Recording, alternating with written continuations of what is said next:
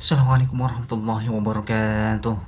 Syukur Alhamdulillah kita dapat berjumpa lagi di kajian Gus Bah, kajian Kiai Haji Ahmad Bauddin Nur Salim. Semoga apa yang disampaikan oleh beliau dapat bermanfaat dan barokah untuk kita semua. Amin, amin ya rabbal alamin. Assalamualaikum warahmatullahi wabarakatuh. Bismillahirrahmanirrahim. Nahmaduka ya ghafur ya syakur. Masalli wa sallim barik ala sayyidina maulana Muhammadin wa ala alihi wa sahbihi asma'in nama ba'du. Wong do biasa sujud tapi ngeluh sari wangi ngene jujur rezeki kuangel kok enak ngomong sing ora tau sujud. Berarti kamu nganggap sujud itu belum menganggap lebih nikmat ketimbang dunia dan seisinya. Padahal dawuh Nabi, somben nek ning akhirat jong kowe tau sujud pisan iku ngalang-alangi dunya sak isine. Karena orang yang nggak pernah sujud di neraka, kamu pernah sujud di surga, dan surga itu fasilitasnya jauh di atas dunia.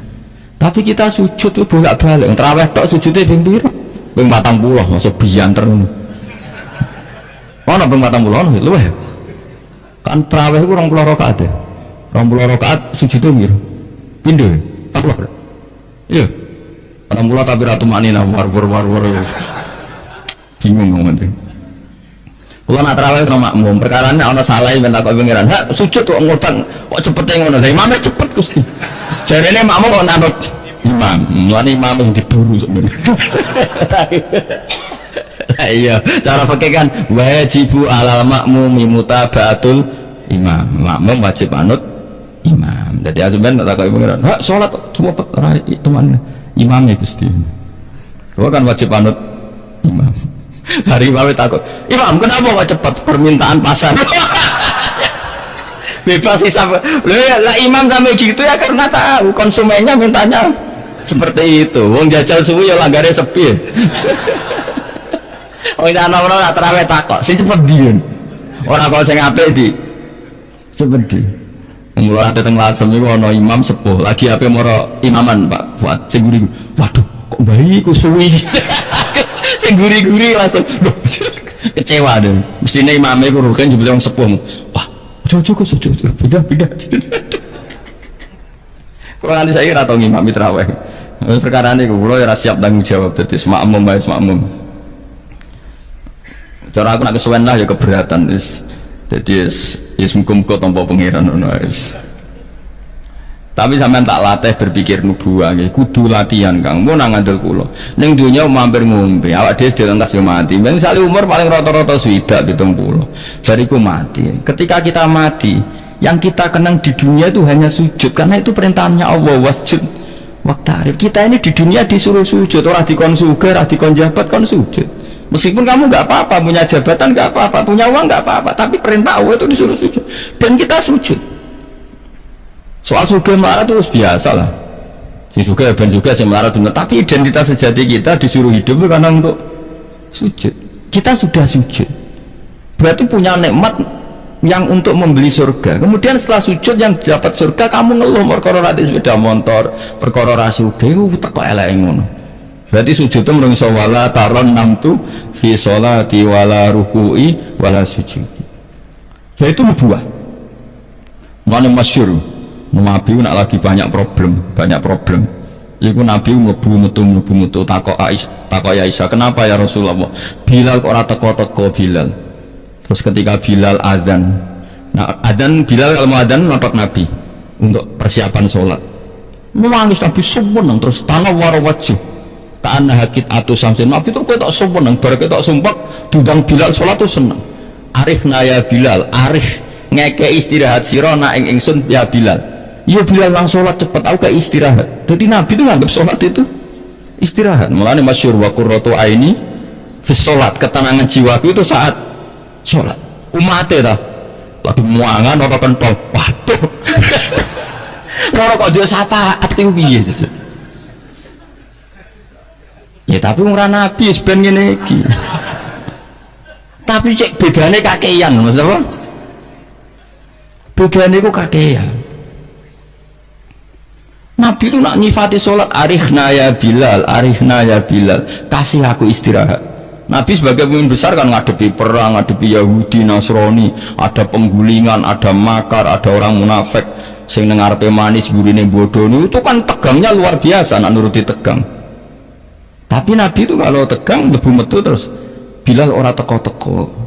Bareng Bilal teko arifna ya Bilal terus sowan. Udah kalau sholat itu Nabi nyumaman gitu, nyumaman saking nyamannya nak maca 200 ayat enggak yo. Wani ge makmum Nabi pinten 200. Iku ana sahabat sing gambar, aku tahu jajal Nabi ku sholat takbir tak tinggal mulai nyembelih wedhus tak belah tak lulangi tak masak aku mangan balik Nabi cek rakaat pertama. Ya jajal bisa kan ana jam tes-tesane ngono wani iki. Mulane Nabi cara roh terawih model monokromo model jejeran model padahal monokromo wis apik wis standar wong roh terawih di Blitar padahal monokromo kudus wis apik wis Blitar piro 2 menit betul piye wis iku mate Nabi Sulaiman iku ora mate Nabi Muhammad rumah teh Yusuf sama sing tukang gawe Raja Bilqis Asif bin Barqiyah model kilat ya. Nah kula wonten ya raja iku piye karepe kiai piye. Tapi aja mbok kritik saja iku ora. Sausé dikomentari wong akeh 7 menit. 7 menit itu dibagi 20. Piro iku? Min piro iku? Itu dibagi 20 piro? 1 menit 3 rakaat ya. Lah Fatihah mau pirang huruf. Dolin. Terlalu. Makmum Nabi lo seru, 200 rakaat. 200 ayat. Nabi yo enjoy wasik sing makmum yo asik padha pahame padha saleh diame napa. Bar bersawanang bar salat. Mergo kaya wis istirahat wa qurratu aini fusol. Oh iku yo keren, napa? Yo ana sahabat iseng jajal metoni sinten? Salate Nabi. Ah ning daerah kula mboten ngerti imam wis suwi Mas. Barno sik tinggal ngopi, cek suwi iku.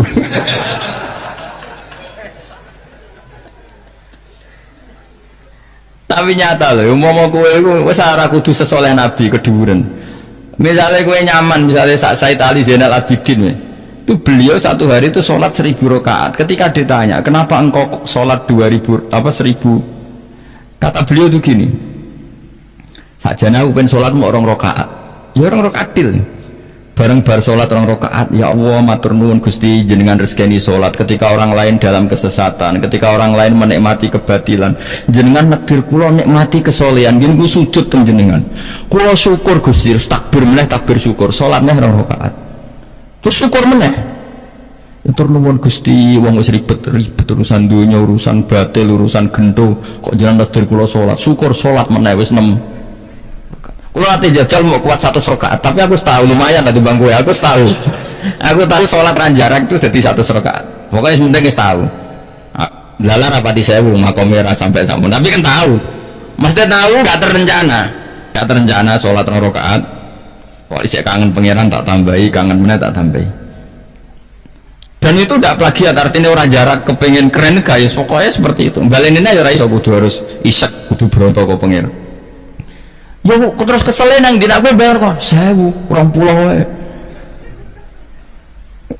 tapi gue tak latih cara nenek mati sholat kayak tadi kita ini kan pasti mati seorang lagi kita ini pasti mati dan setelah mati yang paling kamu kenang di dunia adalah saat kamu sujud itu pasti saya ulang lagi kita ini pasti mati dan yang paling kita kenang saat kita mati adalah kita di dunia sujud dan itu identitas kita pemenang nak sobat peman orang-orang masar dulu wong-wong baduke ana cap sujud ta ora mesti ora irenge lho maksudnya nur orang-orang ulama sing darani masalah baduk si apa asar sujud itu apa ireng ora ireng mboten kabeh ulama darani si mahum fi wujuhim min athari sujud itu padha be ayat yaumatarul mu'minina al mu'minati yas'a nuruhum baina aidin dadi angger nur wajah iku ana nur berarti ning donya sujud dadi ora masalah napa ireng ra ireng mboten iku masalah sajadah niku sajadah to misalnya sujud itu suwilah nak sajadah wapi empuk menawa kita ora ngecap gitu ya Kowe sing cangkem elek ora aku. Aku kiai tetep cangkemmu apik. Kiai senengnya aku. Mau aku cerita aku masalah sajadah kok mbok mester banget. Oh, waktu orang wong hasut itu. Nah, artinya gini loh. Nanti ketika identifikasi di akhirat siapa yang benar siapa yang salah itu Allah ukurannya itu tok. Simahum fi wujuhim min athari sujud. Yu'raful mujrimuna bi simahum fa yukhadhu fin nawasi wal aqdam. Jadi orang-orang pendosa itu dilihat saja sama malaikat bagian identifikasi. Batu era nur berarti brek ning gerbong kiri. Kok batu era nur simahum fi wujuhim min athari sujud. Nah, dengan status sujud yang seperti itu dan fungsinya seperti itu, faedahnya seperti itu, kowe sujud ke kesusu tangi ku piye? Wong nanti itu yang menyelamatkan kamu dan identitas kamu indah Allah. Mulai kalau nak sujud tuh tak nikmati tenan. Kalau nak sujud sewenang tenan. Senajan kalau orang-orang sholat sunat, tapi sujud kula nu kualitas A. Mereka tak nikmati tenan, matur nuwun Gusti jenengan negeri kula sujud. Ini identitas saya. Sama dulu tenggine kitab Said Zabidi sinyare Ihya. Oh nak muji sujud sundul langit sampai huwa kulliyatuka huwa mahiyatuka huwa qauluka huwa madatuka. Sujud itu identitas kamu, hakikat kamu, kamu dibikin ya untuk itu. Dan orang salah benar ukurannya sujud apa enggak. Bagaimana mungkin kemudian sesuatu yang jadi identitas kamu ke sujud rabetah gak tumak nina itu apa-apaan. Dengan pemahaman seperti itu nganggap sholat itu kan spesial tenan. Ayo sebut wala taron nam tufi sholati wala ruku'i wala sujudi. Tapi kue kan orang aneh Islam aneh, usah aneh-aneh coro akal nubuah masih gimana ini coro akal. Wah, berhubung akal meranu buah ya sengene iki wae urip sengene wae poso buka bareng muangan kok ana tet imsak waduh wae kabeh ibadah iku waduh bar buka asik-asike rokok kok ana adzan waduh. Salate kok uri bareng imam salam wis pewencing terus aduh cek eling kolake nang omah. Lah ngono kok daftar wali. Entar aku sing kang inventarisir ra tak tampa yakin ra tak tampa. Ya tapi ya kowe mati Kanjeng Nabi ya muga-muga disyafaati. Kok aku tak sing matur mun maklumi Nabi. Niku mono ning zaman akhir. Ketika orang lain wonten niklab wonten dugem pira-pira niku teng masjid tarawih. Ngono gak jadi zaman akhir rusak nggih niku lumayan bukan lumayan yang bandingane dugem. Ampun badheno putune jenengan Said Ali Zainal Abidin mboten kelase niku. Bandingane sing teng mriku lho dugem. Ya wis nek bandingane ngono ya luweh apik alhamdulillah. Dadi golek musuh sing ringan. Sing ra kelase ora usah ditiru no. Jadi dalam disiplin ilmu yang dikembangkan di pesantren itu sebetulnya kalau pakai ilmu logika maupun sosial apa saja, baik sosial ilmiah maupun sosial budaya, kita ini jauh lebih unggul ketimbang tradisi mereka. Misalnya begini, dulu di era Umar bin Abdul Aziz ada yang memberi gelar Khamisul Khulafa. Ini yang dikutip Mizan Kubro Imam Sa'roni. Beliau ngendikan begini, idza ra'aitum jama'atan yatanajawna sirran fima bainahum fi amri dinihim itu fasyadu anna dzalika dhalalun wa bid'atun. Jika kamu melihat satu komunitas tertentu yang bisik-bisik agama tapi di grupnya mereka sendiri tanpa melibatkan kelompok lain yang mungkin a'lama minhum lebih alim, maka itu sesat, dhalalun wa bid'atun. Sehingga dulu itu sudah ada tradisi konsensus ilmiah. Konsensus ilmiah itu diputuskan oleh konsensus yang min ahli ilmi. Sehingga orang yang tidak ngalim itu ya konangan. Kalau sekarang nggak pati konangan, tahu-tahu ada orang nggak jelas juntrungannya punya majelis tafsir yang bisa saja cindil tikus itu halal. Hanya karena berdasar dalil misalnya kula ajitu fima uhiya ilayya muharraman ala ta'imi yat'amuhu ila yakuna apa maitatan aw damam masfuhan aw lahma apa khinzir, sehingga dianggap yang halal itu banyak, yang haram hanya 3.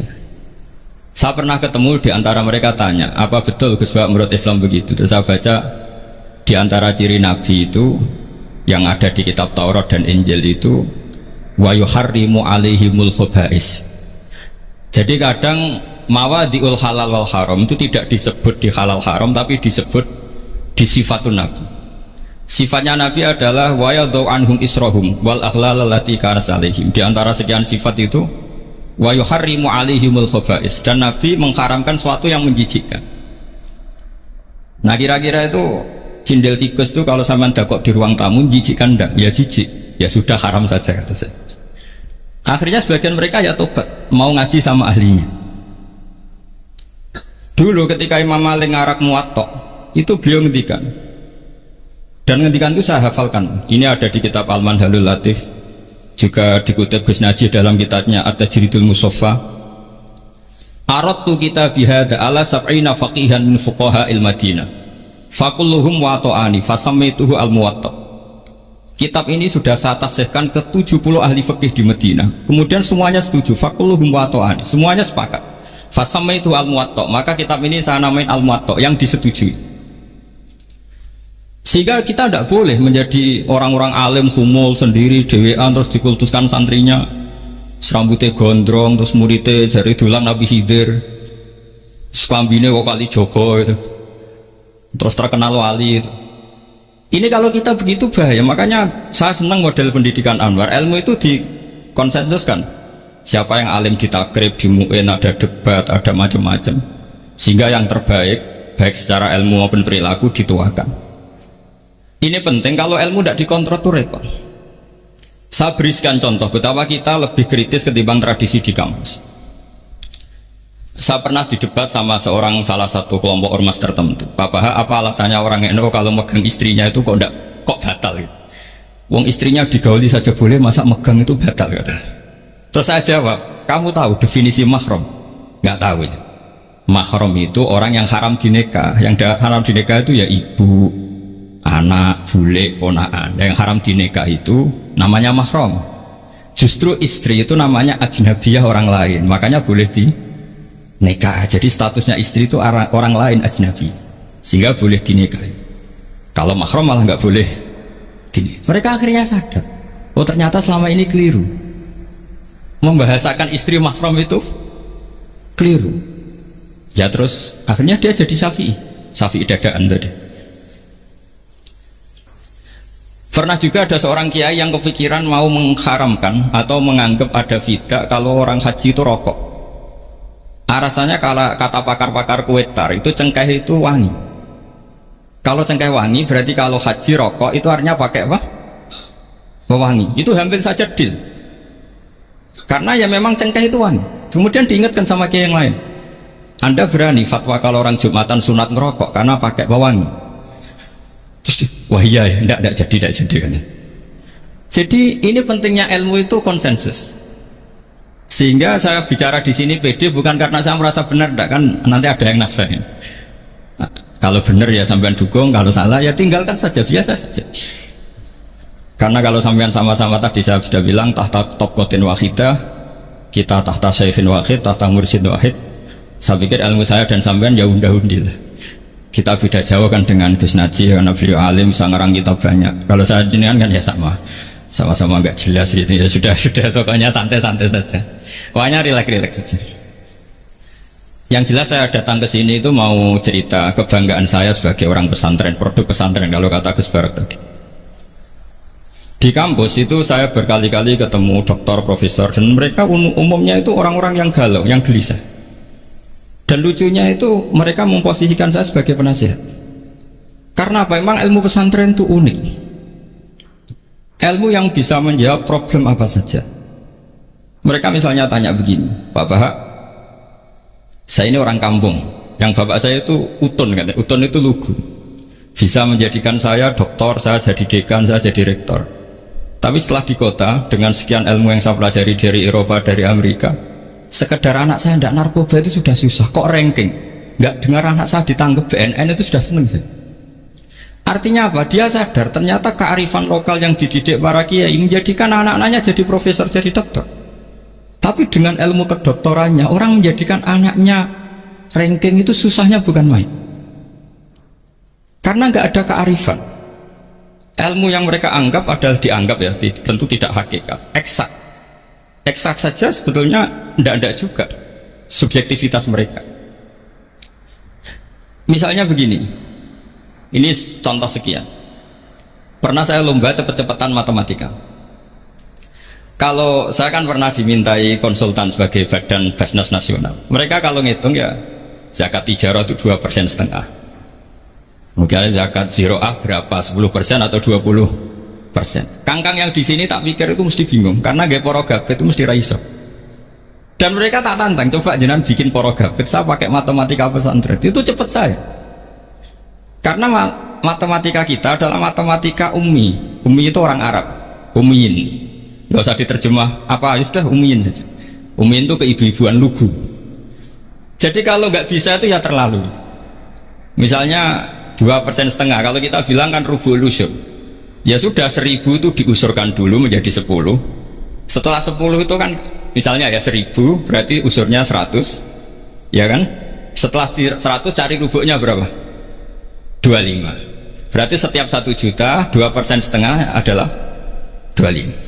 Mereka masih garap porogabit, saya sudah cepat 1.000 usurnya 100, rubuknya 25, namanya rubul usur. Begitu juga misalnya kita punya aset 100, nisful usur, usurnya 10, nisfunya berarti 5. Itu rasa porogabit cepat ketimbang sampean porogabit 2,5% kan suwi. Terus dia tanya, Pak matematikanya kok cepat? Dapat ilmu dari mana? Pernah kuliah di mana? Ya saya ngaji di sarang sama Mbah Mun, terus saya ngaji beberapa ilmu. Nah, kelirunya rata-rata santri itu faro itu ya ora seneng. Nah, bulat. Nah ini cerita saja. Jadi kita bisa membuktikan ke khalayak ramai kalau kita tidak kalah. Khawarizm Al-Jabar terkenal di barat, Avicenna atau Ibnu Sina itu ya dengan ilmu-ilmu umum. Dan mereka fasih sekali menerangkan ilmu medis, ilmu apa. Fasih sekali. Sehingga ketika sekarang teknologi katanya adanya di barat, di Eropa, sebenarnya mereka itu kagum sama Islam. Karena mereka ngakui bahwa di antara ilmu itu dari Islam, zaman Khawarizm, zaman Al-Jabar, zaman Avicenna, zaman Ibn Rus dan sebagainya. Saya beri sekian contoh dan ini saya bilang tanyakan ke orang kafir yang paling inat, paling lacet di dunia. Tanyakan ayat ini, pasti artinya seperti ini. Yaitu ketika ada fenomena likuifaksi, tentu kalau di Jogja kan ada grup ilmiah. Mereka tanya saya, Pak, apa ada teori manusia itu ditenggelamkan di bumi? Yang teori, bukan kasus, bukan peristiwa sejarah. Kalau peristiwa sejarah kan ada korun.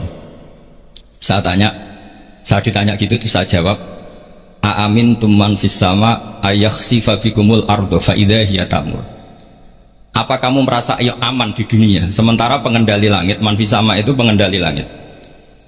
Ya siapa saja, bisa malaikat atau bisa Allah, man sing kudratu fis sama, itu ahli tafsir beda pendapat.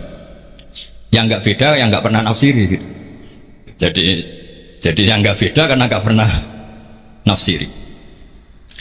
Ayak sifat bikumul ardo, bahwa bumi ini bisa ditenggelamkan. Faidah ya tamur, ya memang bumi itu bisa meleleh. Terus saya memberi sekian argumentasi. Kalau kamu katakan justifikasi ilmiah karena kadung Islam dan kadung pegangan Quran, mungkin Anda akan bilang saya ini justifikasi, nyari pembenaran secara syariah. Tanyakan ke ahli lughat yang non muslim, maknanya ayat itu tetap seperti itu. Begitu juga misalnya ayat wal ardi dzati sodq, dan bumi yang berkarakter bisa retak. Sodqun itu retak. Dulu kita hanya punya contoh, misalnya biji-bijian jagung yang lembek, yang lemah, dan bumi yang keras, atau ketela atau ingkoang itu. Ternyata dengan segala kelemahan ini, biji-bijian ini bisa merekah, dan buminya yang ngalah memberi ruang. Ya dulu ulama hanya nyontohkan tadi, misalnya kalkhinto apa saja yang bisa bumi mengalah dengan proses tumbuhnya tanam. Tapi itu kan qaulul mufassir. Kenangan saya ngaji Yai, makanya saya bangga sekali sebagai murid beliau. Saya memberi gelar beliau al-faqih al-mufassir. Faqih betul karena beliau putra Abu Zubair yang ma'ruf bil fiqhi, dan al-mufassir beliau itu murid Said Alawi yang ngarang takriran Faidul Khabir itu dengan Habib Muhsin al-Musawa itu. Ini penting, sanad kita ini penting, dan kita insya Allah sebagai murid tidak akan merusak sanad itu. Hanya ngerusak sanad itu gurunya alim, baik guru alim terus kita bodoh itu ngerusak sanad. Sama sih ingat didawi Mbah Mun. Wong jagoan ngerusak sanad. Dhisik Ibnu Hajar Al Asqalani ngalim-ngalimi wong di murid Zakaria Al Ansori. Beliau di murid Ibnu Hajar Lita. Terus di murid Fathul Mu'in. Jadi kiai nak di murid ngalim yo isen. Nah kita berlomba-lomba supaya gak ngisi-ngisinin apa kiai. Ya ini kan kompetisi. Kalau gak kasih alim ya ngaku alim saja lah supaya ya nggak apa-apa. Artinya ya cukup lah kalau di daerah masing-masing kan. Saya pernah sama satu temen itu, Gus kula wis ngalim kok iso. Kula niku tiyang Sragen. Urip kula teng kaki Joko Samudra. Jadi kok kula ngeten iki mpun alim. Ketika dia nakal dan pengurus nyurati orang tuanya memberitahu kalau anaknya nakal, dia tenang saja. Tak tanya, kenapa kamu tenang? Bapakku buta huruf. Jadi pengurus nyurati itu ya tenang saja dia, karena dia tahu orang tuanya itu buta huruf. Kok nikmat kok gue enggak, saya najar. Ya tapi insya Allah barokatuh Syekhina semua itu tetap berkah. Karena itu awal hidayat di daerah masing-masing itu tidak perlu alim, sudah hebat itu. Karena ya nggak perlu lah, kalau alim betul malah nggak sempat dakwah. Begini, ini penting saya utarakan, karena sanad keguruan itu pernah saya cek ya. Ini cerita ini tahadus bin nikmat. Guyonannya ulama meskipun guyonan itu ternyata musalsal. Dulu ya itu mungkin semuanya dengar sering cerita ada seorang desa gitu yang kambingnya habis mati, kebetulan kambingnya itu jenggotan kata beliau. Itu ada khotib yang jenggotan tuh nangis. Sempat khotibnya itu GR kalau dia itu ya ta'assar di mau idoti. Ya ta'assar sampai apa? Nangis sih. Ternyata enggak. Dia ingat khotib itu ingat kambingnya yang mati. Itu cerita Yai dulu dan diulang-ulang. Ternyata saya baca, kalau sama nggak percaya baca di Al-Fawaid Asyatiriyah atau Al-Fawaid Al-Haramiyah, itu karangannya Habib Salim Asyatiri.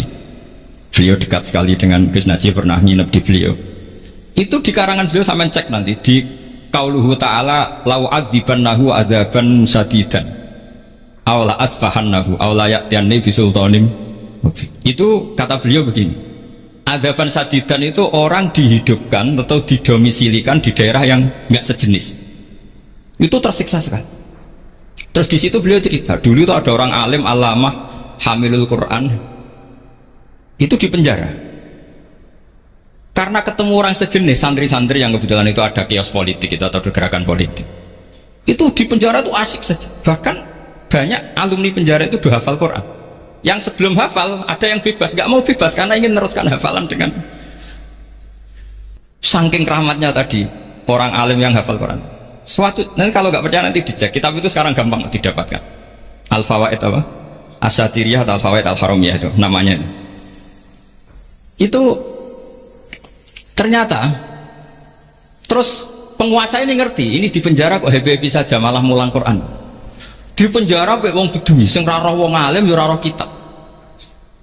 Ternyata si bedui tadi pertama ngelihat syekh yang jenggotan tadi ingatnya sama kambing tadi, langsung juga ya Allah saya ingin bebas.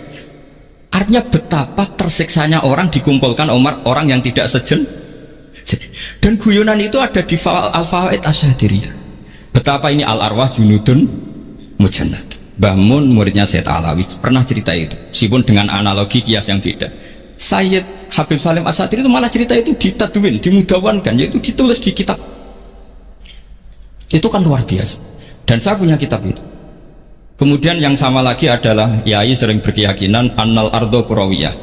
Meskipun sampean mungkin lihat di video-video nak bumi itu flat, itu orang nggak mau mikir mungkin ya. Annal ardo kurawiyah. Saya percaya beliau karena beliau orang alim dan saya percaya teori falak. Kemudian saya cek di tafsirnya Imam Habib Satiri tadi di ayat watarol jibala tahsabuha jamidata wa hiya tamurru marras sahab, kata beliau andal ardo kurawiyah wa anna hadhil ardo tamurru kal jibal atau tamurru mamarul jibal marul jibal. Ketika dia ditanya apa alasannya, watarol jibala tahsabuha, kan ada kata sabuha. Tahsabu itu hasibah yahsabu husbanan. Kalau sebagian lughat hasibah yahsibu husbanan. Nah, itu sekarang kata beliau itu sekarang. Kenapa itu sekarang? Idlah husbana hunaka. Kan ada mufassir yang mengatakan tamur rumah resahab itu nunggu di akhirat. Wa tarol jibala tahsabuha jamidata wa hiya tamurru marras sahab itu nunggu nanti di akhirat. Tapi kata Habib Salim Asatiri tidak di dunia. Idlah husbana hunalika itu akhirat. Di akhirat husban itu artinya kan nyongko ngiro. Di akhirat semuanya itu ilmu yakin, ainul yakin.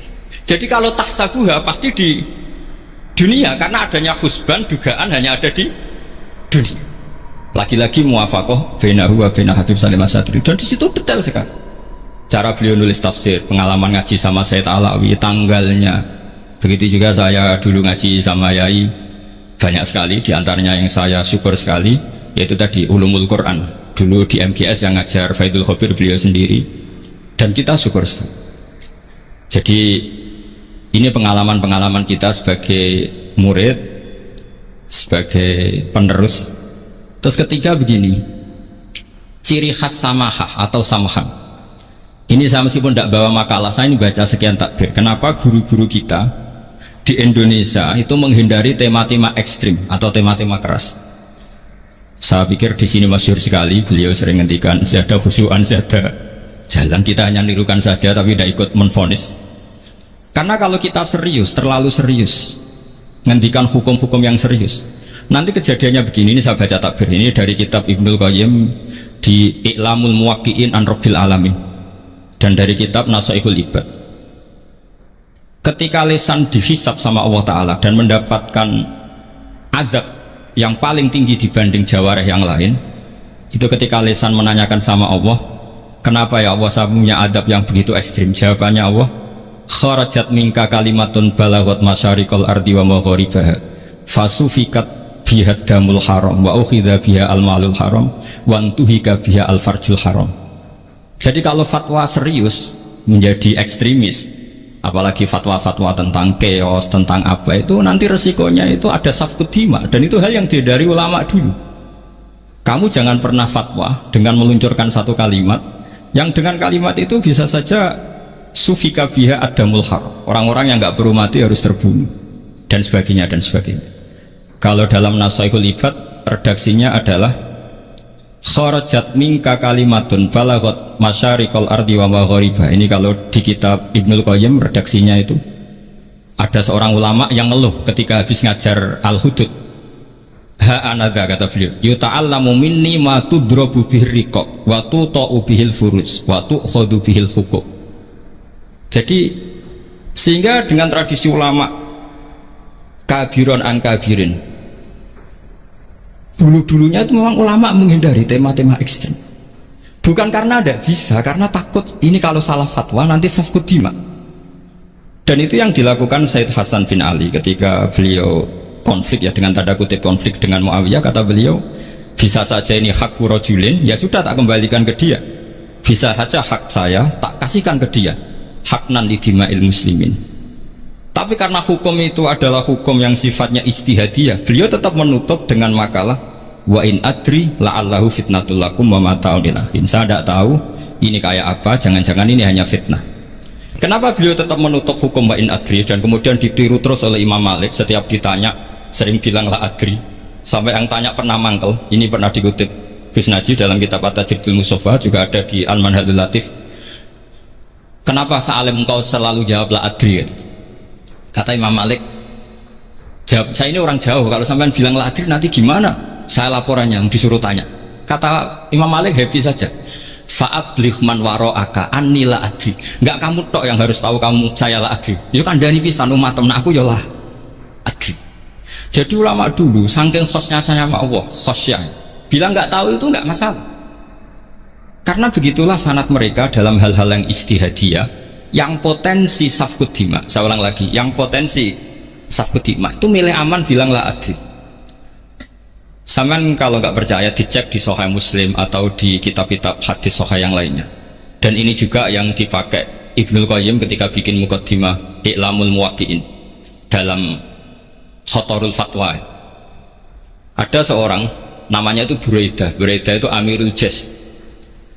Itu setiap mau perang atau punya MOU dengan kelompok lain, kata Rasulullah, jika mereka menginginkan kamu ala antun zilahum ala hukmillah wa ala hukmi rasulillah fala tunzilhum ala hukmillah wa ala hukmi rasulillah. Ada redaksi yang fi dhimmatillah wa fi dhimmati rasulillah. Walakin anzilhum ala hukmi, posisikan bahwa MOU itu atas nama kesepakatan kamu dan mereka. Fa innaka la tadri atusiba hukmallahi amla, karena kamu tidak tahu apa kamu persis sebagaimana hukum Allah pandai. Kamu tidak bisa misalnya secara fikih, misalnya ada Zaid ini kafir harbi, terus kamu bilang ini wajib diperangi karena kafir harbi. Oke, itu mungkin. Tapi masalahnya bisa saja khusus Zaid ini ada sunnatullah, ada ilmu Allah yang mau diberi hidayat sehingga ada perlakuan khusus. Sampai lihat dalam Asra Badrin, itu yang ketangkap di Asra Badrin itu kan semuanya kafir harbi. Itu di Asra Badrin itu kan semuanya yang ketangkep itu adalah orang-orang yang dulu kafir harbi, termasuk mimpinihim ada Said Abbas.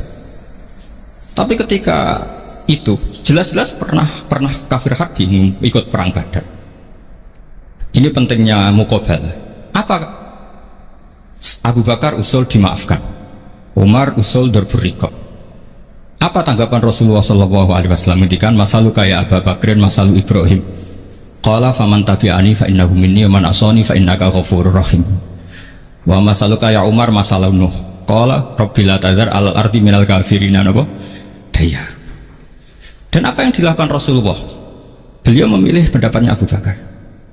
Dan apa yang terjadi? Said Abbas dan beberapa sahabat menjadi Islam. Wa hasuna Islamku.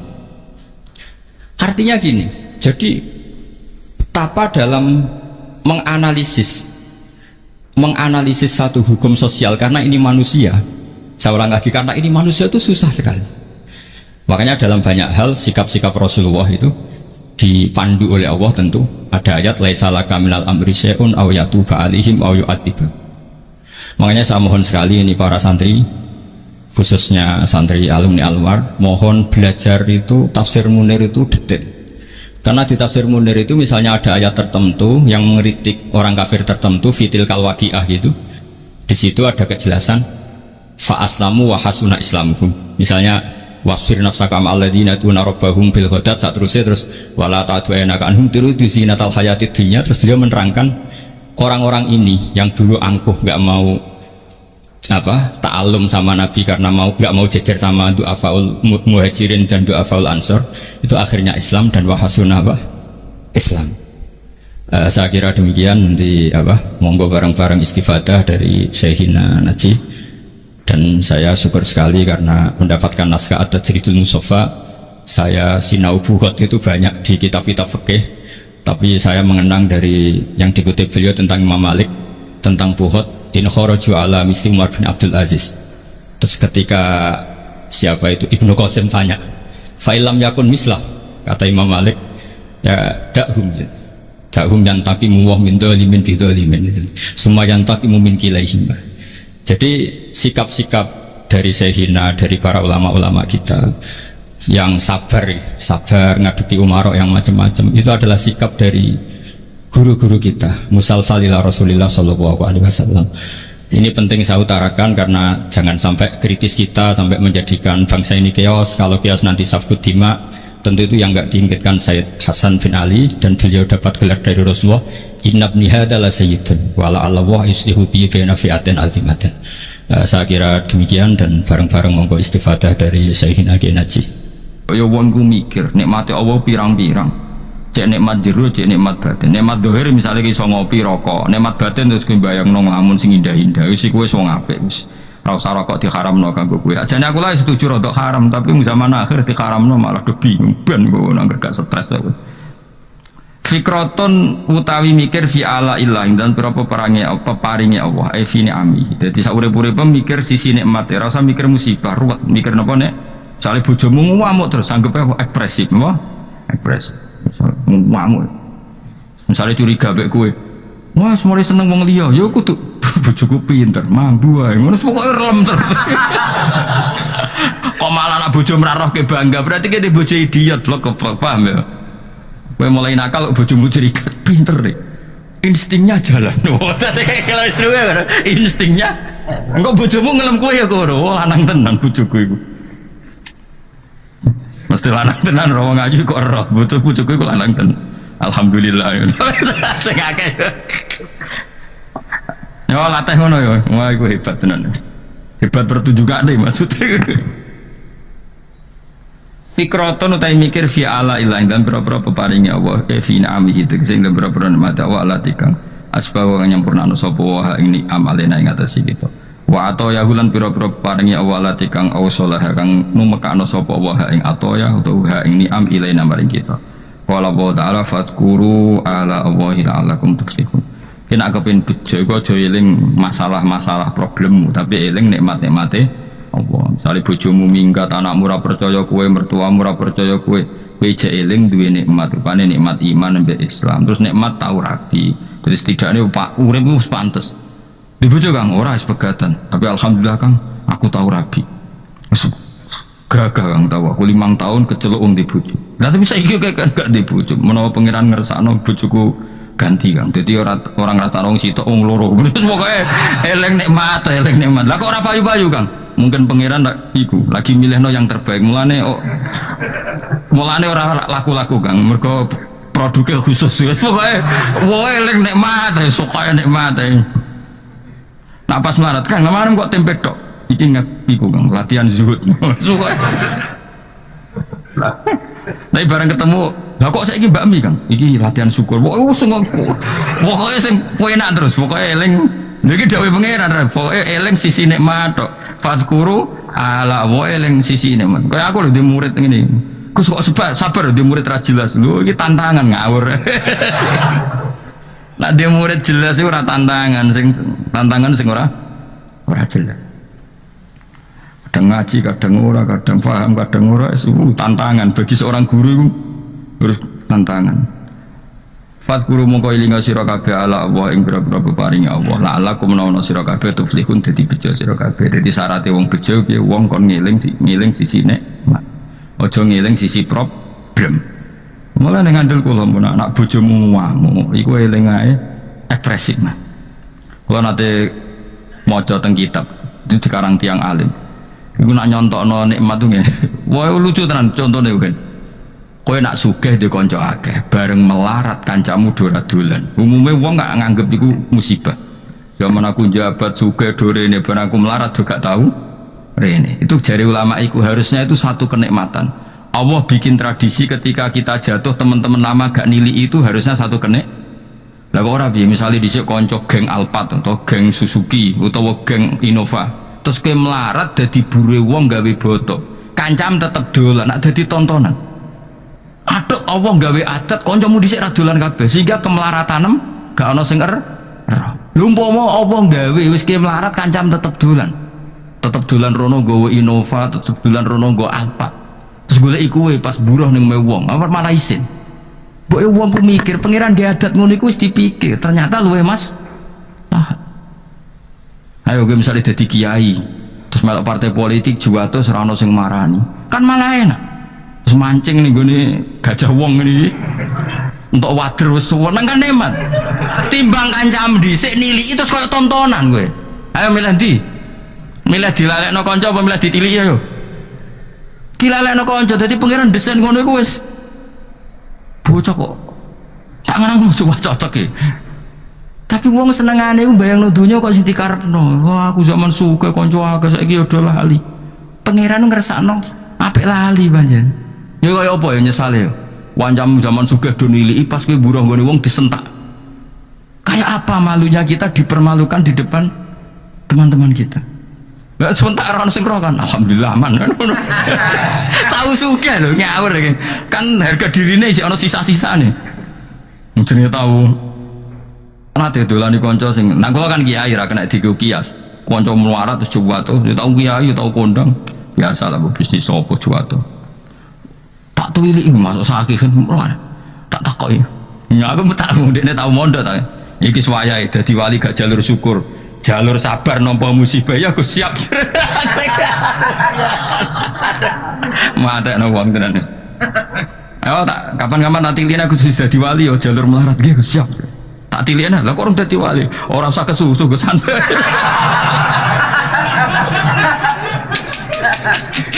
Ayo lagi ketemu kula guyon. Gus bae gua ampun ampun melarat dige guyon bener.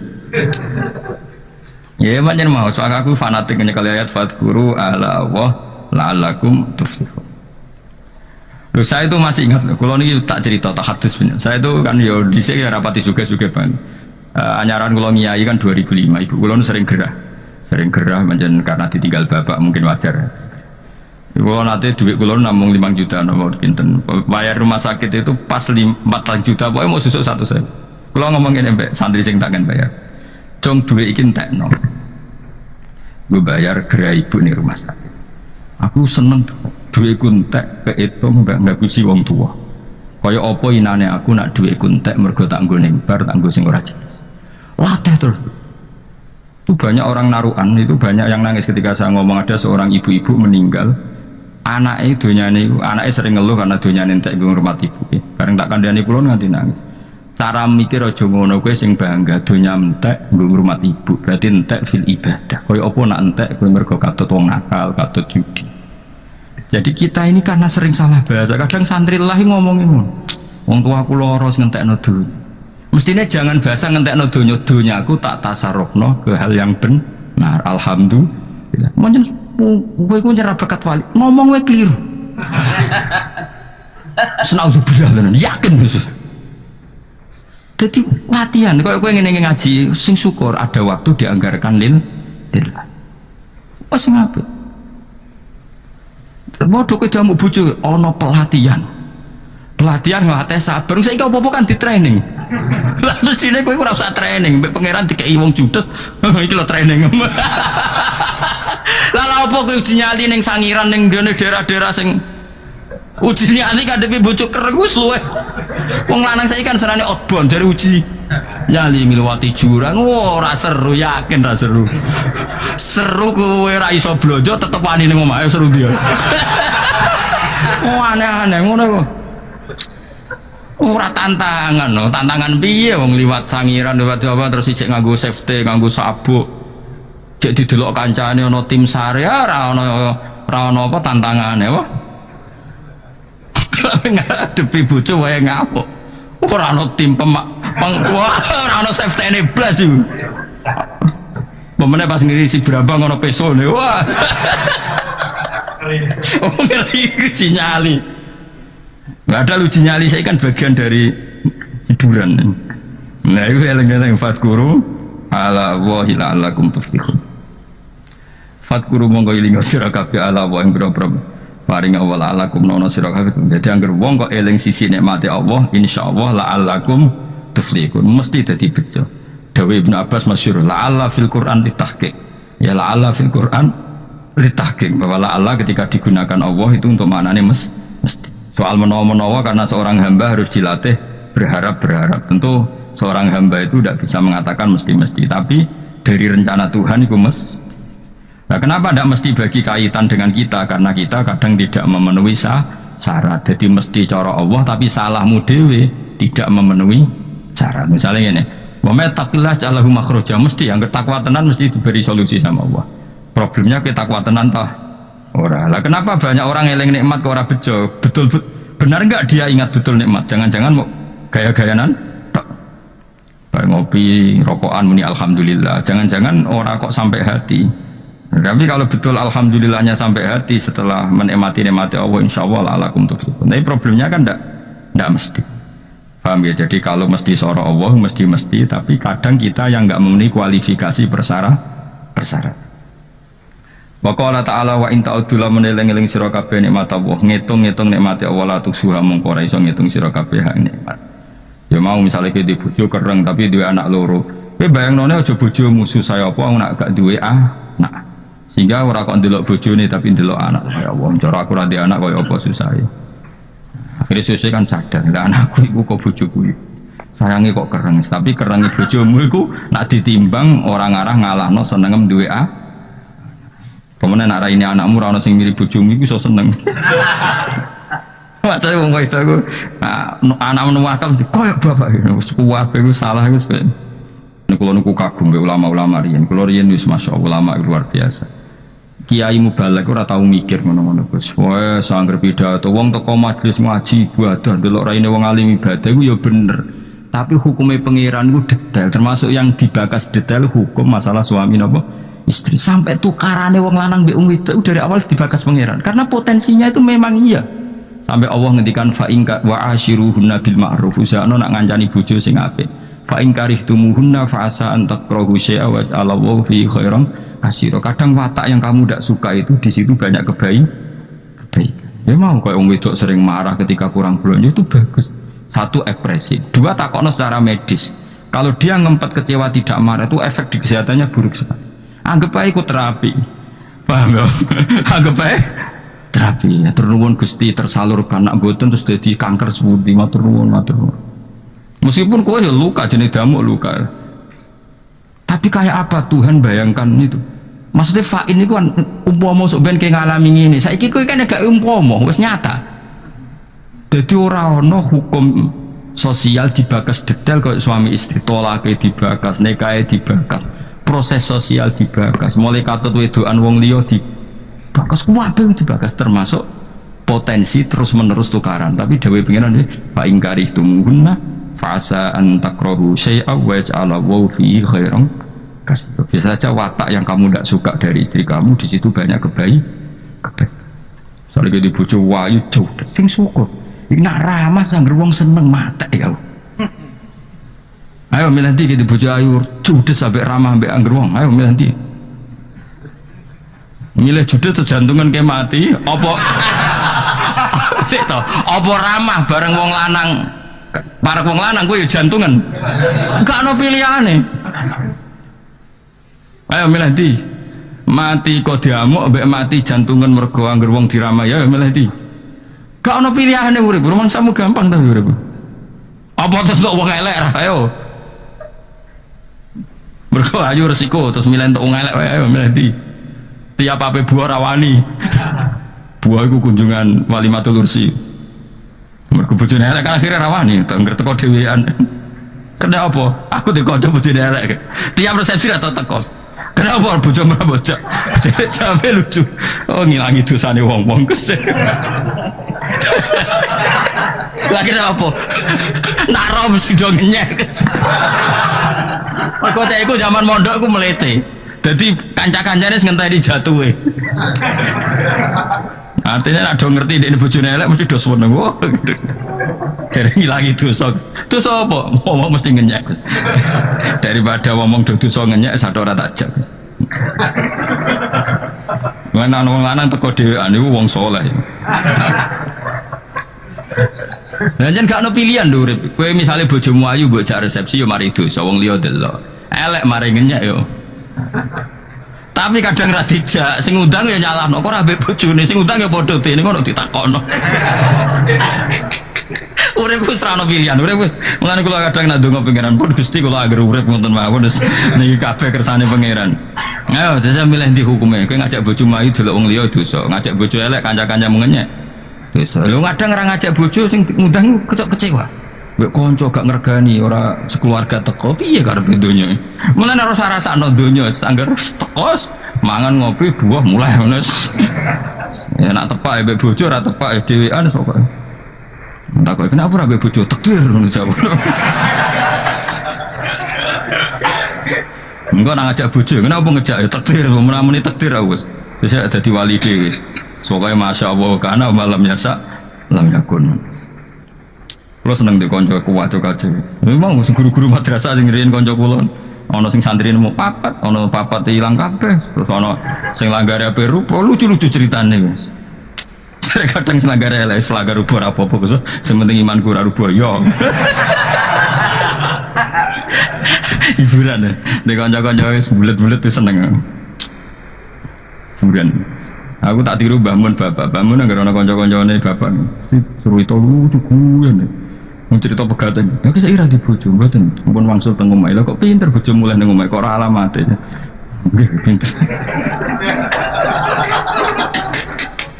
Bojomu iku pinter, wis ngerti melok kowe lara, balik nang wong tuane. Wong tuane sugih. Iku jenenge pinter. Nek di bojo minggat kok mulai do omah, alhamdulillah roh omahe. Pokoknya delok sisi api itu jenis fadkuru ala Allah la'allakum tuflihun. Wa eling nikmat. Misalnya Allah cerita Fir'aun itu penyakitnya apa? Istagna, merasa kumoluhur, merasa tercukupi semua. Itu sifatnya apa? Fir'aun. Tapi sifatnya orang baik itu ya Yuhannasu antumul fuqara'u ila Allah. Sifat orang baik adalah merasa fakir, merasa enggak siapa-siapa di depan Allah Subhanahu wa taala. Sehingga keangkuhan itu sifat Fir'aun, merasa fakir, merasa tidak siapa-siapa adalah sifatnya orang baik. Makanya nadumanya Habib Abdul Haddad masyhur itu, ana abdun soro fakhri dimna fakri, yang sering dinyanyikan dilakukan para wali-wali itu apa? Ana abdun soro fakhri dimna fakri. Jadi ana uta ingsun abdun kawula soro ingkang dadi apa fakhri kebanggaan ingsun iku dimna fakri mergo fakir ingsun. Jadi saya ini hambamu ya Allah, yang sebagai kebanggaan saya adalah saya selalu butuh kepada engkau. Karena ciri utama orang jelek adalah hidup seakan-akan nggak butuh sama campur tangannya Allah Subhanahu wa taala. Kalau saya punya uang pasti senang, punya jabatan pasti senang. Saya jadi menteri mesti beres semua, saya jadi gubernur beres semua. Merasa bisa semua itu min sifati Fir'aun, itu sifatnya Fir'aun. Tapi kalau kamu jadi menteri, jadi gubernur, saya tidak siapa-siapa tanpa pertolongan Allah. Saya kiai pun tidak bisa apa-apa tanpa pertolongan Allah. Saya orang baik pun tidak mesti dijamin baik terus tanpa pertolongan Allah. Sehingga selalu la haula wala quwata illa billah. Saya bisa menghindari maksiat ya karena Allah, bisa melakukan taat juga karena Allah. Nah, orang yang seperti ini itu jenis ana abdun soro fakhri dimna fakri. Saya ini adalah hamba, yang menjadi kebanggaanku adalah karena saya selalu fakir, selalu butuh kepada engkau. Ini penting kalau terangkan, jadi supaya orang terbiasa. Dan kalau seneng ngaji ini paling seneng. Kenapa saya ngaji seneng? Karena tadi kebaikannya Allah, nikmatnya Allah saya omongkan, sehingga dengar orang banyak bahwa Allah itu baik, Allah itu zat yang kita tuju, Allahu Somad. Jadi kalau saya jadi wali karena di kamar 40 dino paling terkenal wali, wong salam template dia tuh nggak non, untung aku mau untung belas.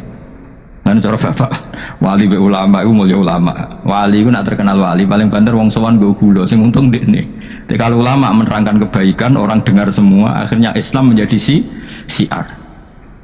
Mana bodoh-bodoh tadi wali ulama ambek wali itu ya dhuwur ulama. Bon ambek dhuwur gue mergo ora ono makom itu sih. Terbangnya kan cepet kayak kapuk tapi cebloke tok laut. Wong nek di makom itu kayak kapuk, terbangnya cepet tapi gak tahu jatuhnya di mana. Dieling-eling ya, terus kula suwun sangat. Selama ini adat kita buruk, nak nyongko anteng apik juga anteng fil khairat. Ketika kebaikan pun respon kita anteng, tidak boleh. Dalam kebaikan harus musaroah, harus apa? Musaroah itu kesusu. Nah itu makanya filosofinya apa? Kalau tawaf pertama juga kon cepet, sa'i namanya ya sa'i maknanya apa? Lari-lari kecil. Jadi kalau bahasa Arab itu masya yamsi masyan itu jalan biasa. Kalau sa'a yas'a sa'yan itu jalan agak lari. Makanya darani sa'i. Kau oleh sa'i kok leha-leha ora oleh. Tapi ojo terus numpak skuter balapan yo ojo. Mulai bingung wong saiki. Wong sepo numpak skuter pantes saiki sing nom-nom lah do numpak skuter, terus nak sing mengke pasangan suami istri skuteran pun tuaf. Aku wis kode malaikat timbarno aja tompo. Mangkel wong. Lagi ini sing hafal Quran ngalim diselipi ya perkara ade kono aku skuter. Aduh maten. Ijek nom nak tuwa ono tak malu, ijek nom kan. Iku wajib mbok pasutno kan. Pasute wong fikir mandi yakin. Wah, nak yo terlalu senajan to sah tapi terlalu ijek nom. Padahal tuh buah pan serwet mas. Iya karep Arab Saudi nu dolen. Cara kula penguasa Arab sing tuwek tok mati tak oleh sing nom-nom tutuki ngono. Tapi yo pancen yo sana saya sah sekedar sah. Tapi terlalu. Mosok sowan pangeran nganggo skuter muter. Aduh. Nah, sembrono. Yo aja lakoni kok awas yo. Kecuali kowe tuwek mati wis ngono.